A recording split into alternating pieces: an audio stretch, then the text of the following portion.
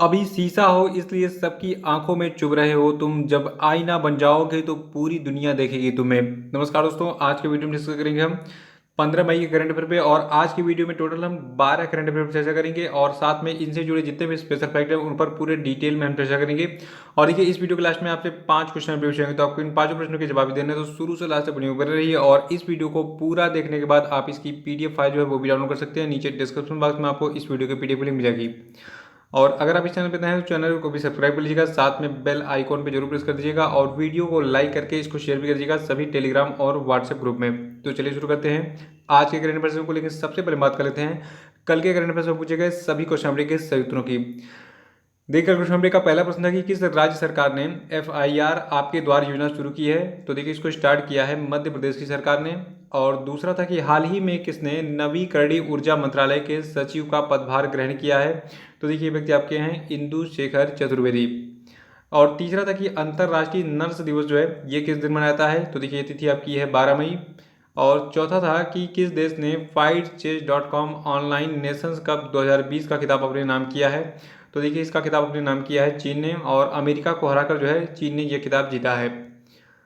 और पांचवा था कि किस देश की सड़क ने रविंद्रनाथ टैगोर की 159वीं जन्म की वर्षगांठ के उपलक्ष्य में जो है वहाँ का एक प्लेस है तेल अबीब, तो वहाँ की एक सड़क का नाम बदल कर रखा है टैगोर स्ट्रीट। तो देखिए, देश आपका इसराइल है। और इसके बारे में डिटेल में जानना है तो परसों का वीडियो देखिए, उसको रिवाइज कर डालिएगा। और आज के करंट अफेयर का पहला प्रश्न है कि किस राज्य ने बेरोजगार युवाओं की सहायता के लिए होप पोर्टल लॉन्च किया है। तो देखिए, इस होप नामक पोर्टल को लॉन्च किया गया है उत्तराखंड की सरकार के द्वारा, जितने भी वहाँ के बेरोजगार युवा हैं उनकी सहायता के लिए। देखिए, होप का फुल फॉर्म भी है, होप का पूरा नाम है हेल्पिंग आउट पीपुल एवरीवेयर। इसको आप नोट कर लीजिएगा। और अगर आप उत्तराखंड से हैं तो जरूर इसको जो है याद रखिएगा कि उत्तराखंड की सरकार ने वहाँ के बेरोजगार युवाओं की सहायता के लिए होप पोर्टल लॉन्च किया है। और होप का पूरा नाम क्या है? Helping out people everywhere. और देखिए, आपका ये होप प्लेटफॉर्म है, ये जो है बेरोजगार युवाओं को नौकरी की तलाश करने और कौशल का विकास करने में मदद करेगा।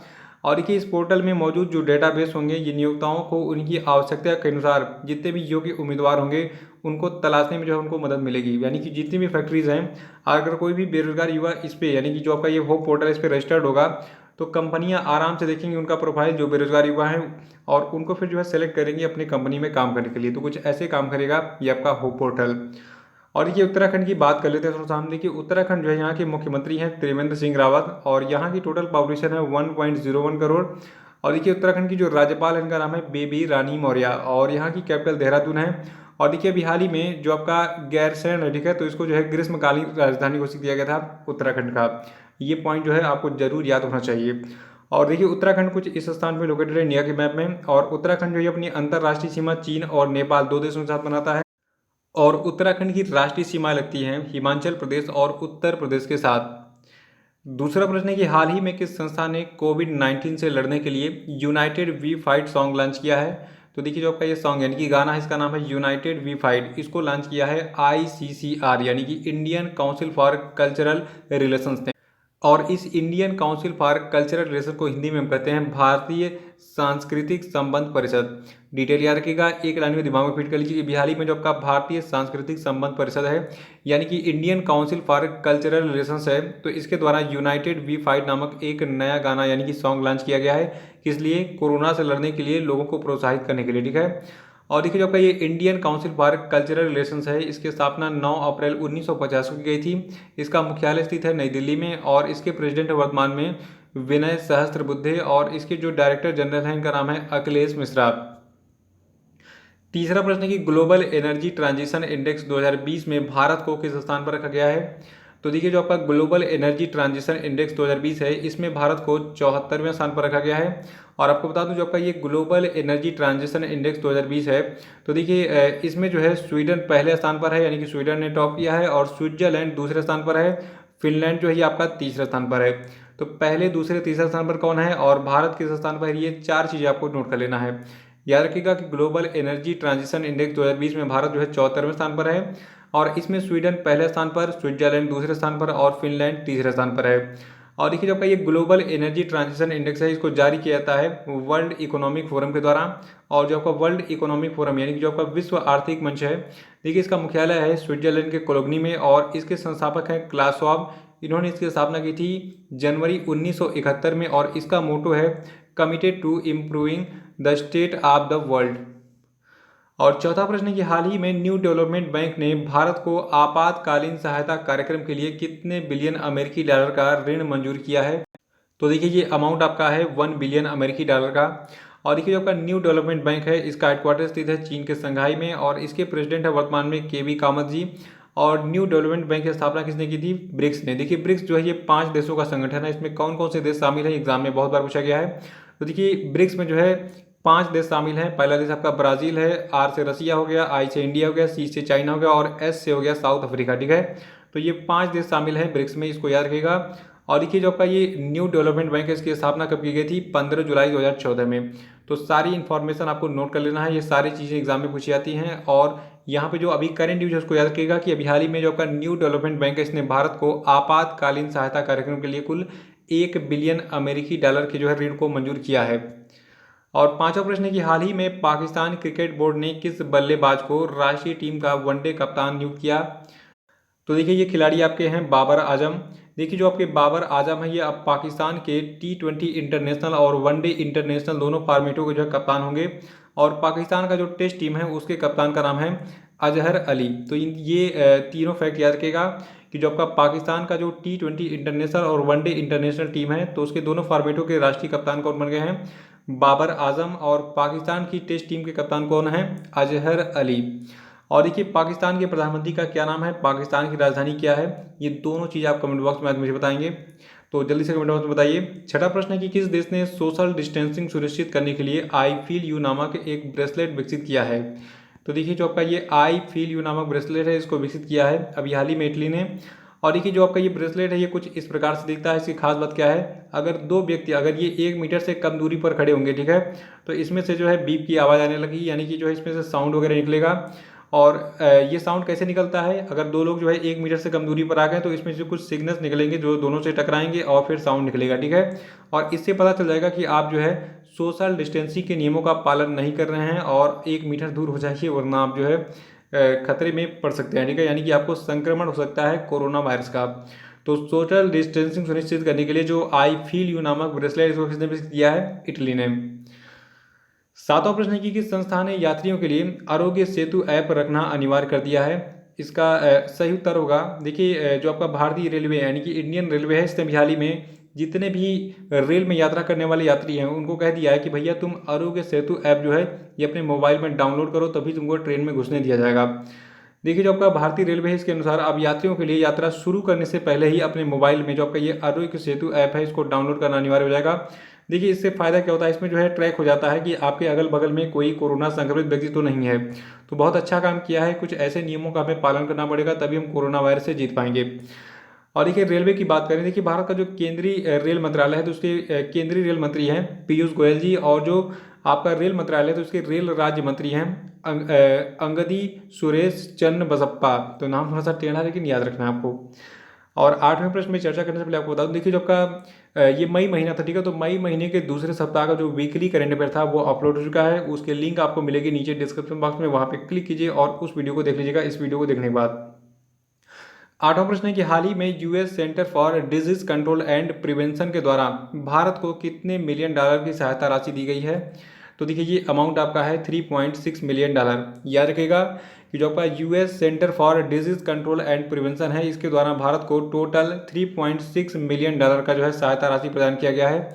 और देखिए जो आपका ये अमेरिका का centres for disease control and prevention है, ठीक है, तो देखिए इसकी स्थापना की गई थी जुलाई 1, 1946 यानी कि 1 जुलाई 1946 को।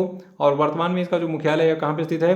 अमेरिका के जॉर्जिया के अटलांटा में। ठीक है, और 9वां प्रश्न है कि हाल ही में किस संस्था के द्वारा कोरोना महामारी के बीच इम्यूनिटी बढ़ाने के लिए स्पिरुलिना ग्राउंड नट चिक्की तैयार की गई है।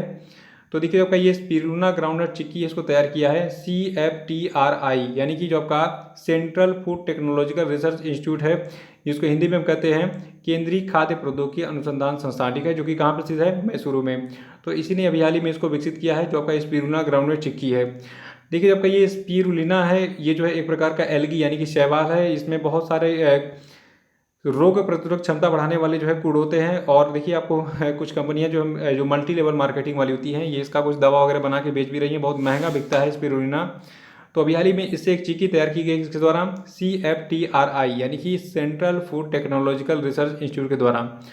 और देखिए जो आपका ये स्पिरुलिना ग्राउंडनट चिक्की है, इसमें विटामिन ए, बीटा कैरोटीन और आसानी से पचने वाले कोलिन जैसे सूक्ष्म पोषक तत्व भी शामिल हैं।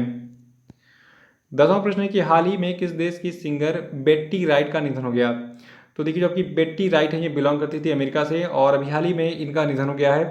देखिए जो आपकी बेट्टी राइट है इनका मूल नाम था बेसी रेजिना नॉरिस और इन्होंने 23 वर्ष की आयु में अपने सर्वश्रेष्ठ गीत जिसका नाम है वेयर इज द लव के लिए अपना पहला ग्रेमी पुरस्कार जीता था।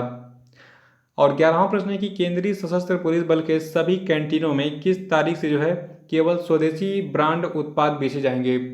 तो देखिए जो आपका केंद्रीय सशस्त्र पुलिस बल है तो इसके जितने भी कैंटीन्स हैं पूरे भारत में वहां पर 1 जून 2020 से केवल स्वदेशी उत्पाद ही बेचे जाएंगे, यानी कि भारत में निर्मित जितने उत्पाद हैं प्रोडक्ट हैं वो वही केवल बेचे जाएंगे। और देखिए ये फैसला भी हाल ही में केंद्रीय गृह मंत्रालय के द्वारा प्रधानमंत्री नरेंद्र मोदी के द्वारा राष्ट्र के नाम संबोधन के बाद लिया गया है, जिसमें उन्होंने भारत के सभी नागरिकों से देश को आत्मनिर्भर बनाने और स्थानीय स्तर पर निर्मित उत्पादों का जो है उपयोग करने का आग्रह किया था। तो आप भी कुछ सहयोग कीजिए, भारत सरकार तो कर ही रही है।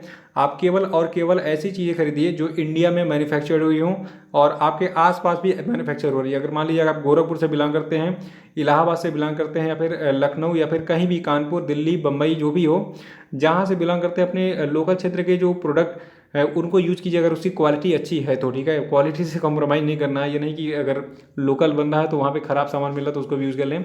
देखिए उतनी तो आपको परख है कि आपको कौन सही सामान दे रहा है, कौन ख़राब दे रहा है। तो अच्छे प्रोडक्ट को सेलेक्ट कीजिए जो कि इंडिया में प्रोड्यूस हुई हैं और उनको यूज़ कीजिए। 12वां प्रश्न है कि भारतीय पुरातत्व सर्वेक्षण की नई महानिदेशक कौन बनी। देखिए ये प्रश्न एग्जाम के लिए सबसे ज़्यादा इंपॉर्टेंट है और देखिए अभी हाल ही में जो आपकी वी विद्यावती है, ठीक है, ये बनी है भारतीय पुरातत्व सर्वेक्षण यानी कि आर्कियोलॉजिकल सर्वे ऑफ इंडिया की नई डायरेक्टर जनरल यानी कि महानिदेशक। इनका नाम नोट कर लीजिएगा। देखिए जब का आर्कियोलॉजिकल सर्वे ऑफ इंडिया है यानी कि भारतीय पुरातत्व सर्वेक्षण है, इसके बारे में 2 चीज़ एग्जाम में बहुत बार पूछी गई हैं। पहला ये कि इसकी स्थापना किसने की थी। तो देखिए भारतीय पुरातत्व सर्वेक्षण की स्थापना की थी अलेक्जेंडर कनिंघम ने। कब की थी? 1861 में, याद रखिएगा। और इसका मुख्यालय कहाँ पर स्थित है? नई दिल्ली में। तो ये थे आपके आज के सभी महत्वपूर्ण करंट अफेयर और अब हम बात कर लेते हैं आज के सभी क्वेश्चन अपडेट पे। देखिए आज के क्वेश्चन अपडेट का पहला प्रश्न है कि CBSE के नए अध्यक्ष कौन बने। देखिए CBSE का पूरा नाम है central board of secondary education, ठीक है, याद ही होगा आपको। नहीं याद है तो कल का वीडियो देखिए इसके बारे में डिटेल्स नोट कर लीजिएगा। इसका आंसर बताइए तुरंत जो है कमेंट बॉक्स में। और दूसरा प्रश्न आपके लिए कि हाल ही में किस राज्य के सोहराई खोवर पेंटिंग को भौगोलिक संकेतक टैग दिया गया है। इसका आंसर बताइए। और तीसरा प्रश्न है कि किस देश में आयोजित होने वाला फीफा अंडर-17 महिला विश्व कप 2020 कोरोना वायरस महामारी के चलते अगले साल यानी कि 2021 तक के लिए स्थगित कर दिया गया है। इसका आंसर बताइए। चौथा प्रश्न आपके लिए कि हाल ही में इंटरनेशनल साइकिलिंग यूनियन के द्वारा French cyclist Remi Di Gregorio पर जो है कितने साल का प्रतिबंध लगाया गया है। आंसर बताइए। और आपके लिए पांचवा प्रश्न है कि हाल ही में मनमीत सिंह वालिया का निधन हो गया, ये किस खेल से संबंधित थे, जल्दी से बताइए। तो इसी प्रश्न के साथ आज का करंट अफेयर समाप्त होता है। कल फिर मिलेंगे। कल के करंट के साथ वीडियो को लाइक करके इसको शेयर कर दीजिएगा और जो लोग नए हैं वो चैनल को सब्सक्राइब जरूर कर लेंगे और हमारे सोशल मीडिया की जितने लिंक नीचे डिस्क्रिप्शन बॉक्स में दी गई है वहाँ पे क्लिक कीजिए और इन सबको ज्वाइन भी कर लीजिए। तो इसी के साथ बहुत बहुत धन्यवाद। Thank you and have a nice day.